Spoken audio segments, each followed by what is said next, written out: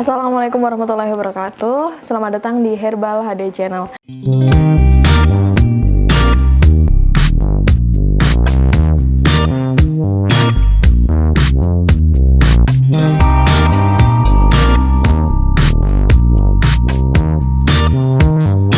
Kali ini kita akan bahas tentang daun sirih untuk keputihan. Namun bener gak sih daun sirih itu steril?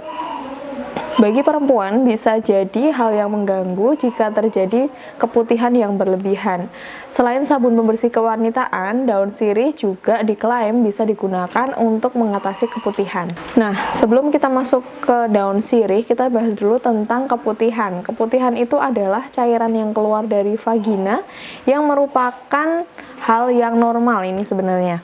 Keputihan menjadi tidak normal apabila berbau menyengat atau warnanya tidak biasa seperti kekuningan, coklat, atau bahkan sampai warna hijau.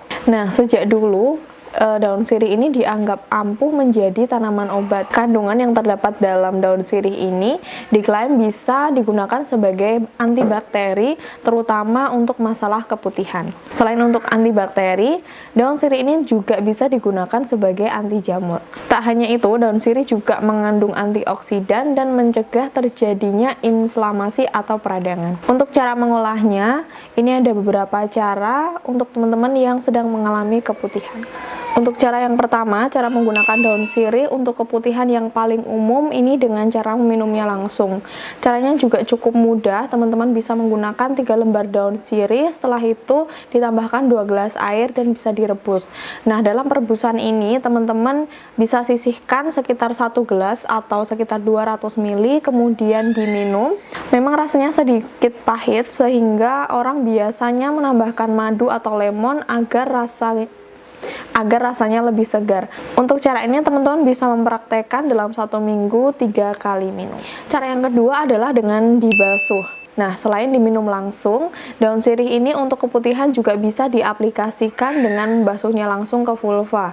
Caranya adalah teman-teman bisa menggunakan air rendaman daun sirih yang sebelumnya direbus. Caranya itu perebusan sama dengan ketika akan diminum, tapi untuk aplikasinya saja yang berbeda.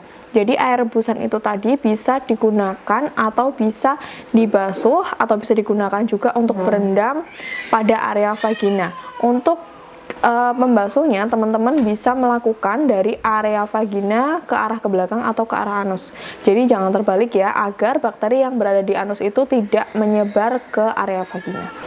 Meskipun daun sirih untuk keputihan sudah sangat dipercaya sebagai solusi yang ampuh, namun sebaiknya tidak sembarangan untuk melakukannya. Penggunaan daun sirih secara berlebihan ini bisa mengganggu pH alami yang ada pada organ reproduksi perempuan.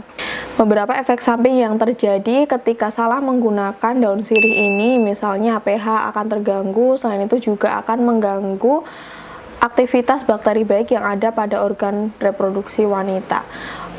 Akibatnya, vagina ini juga bisa menjadi kering atau bahkan menyebabkan jamur dan bakteri jika digunakan secara berlebihan.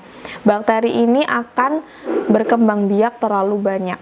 Bukannya menyelesaikan masalah, tetapi justru akan bertambah masalah baru pada organ intim kewanitaan. Untuk itu, teman-teman ketika akan mengaplikasikan atau akan mempraktekkan daun sirih ini digunakan untuk mengobati keputihan, sebaiknya teman-teman melakukan atau prakteknya itu 2-3 kali aja dalam 1 minggu, ataupun hanya dilakukan ketika ada keputihan. Selain itu, untuk mencegah terjadinya keputihan yang tidak wajar, teman-teman bisa menjaga organ kewanitaan dengan cara menjaga tetap bersih ataupun tetap kering. Jadi ketika teman-teman selesai buang air besar maupun air kecil, setidaknya gunakan tisu agar tidak basah dan lembab. Selain itu, tidak memakai celana dalam yang terlalu ketat juga, karena hal ini akan menyebabkan tidak ada udara sehingga menyebabkan organ kewanitaan itu lebih lembab. Nah, itu tadi teman-teman sharing terkait daun sirih yang digunakan untuk mengatasi keputihan. Semoga bermanfaat. Sampai jumpa di video selanjutnya. Jangan lupa subscribe, like, komen, dan share video ini. Jangan lupa juga nyalakan lonceng notifikasinya supaya teman-teman tahu setiap kita ada video yang terbaru. Sampai jumpa di video selanjutnya. Wassalamualaikum warahmatullahi wabarakatuh.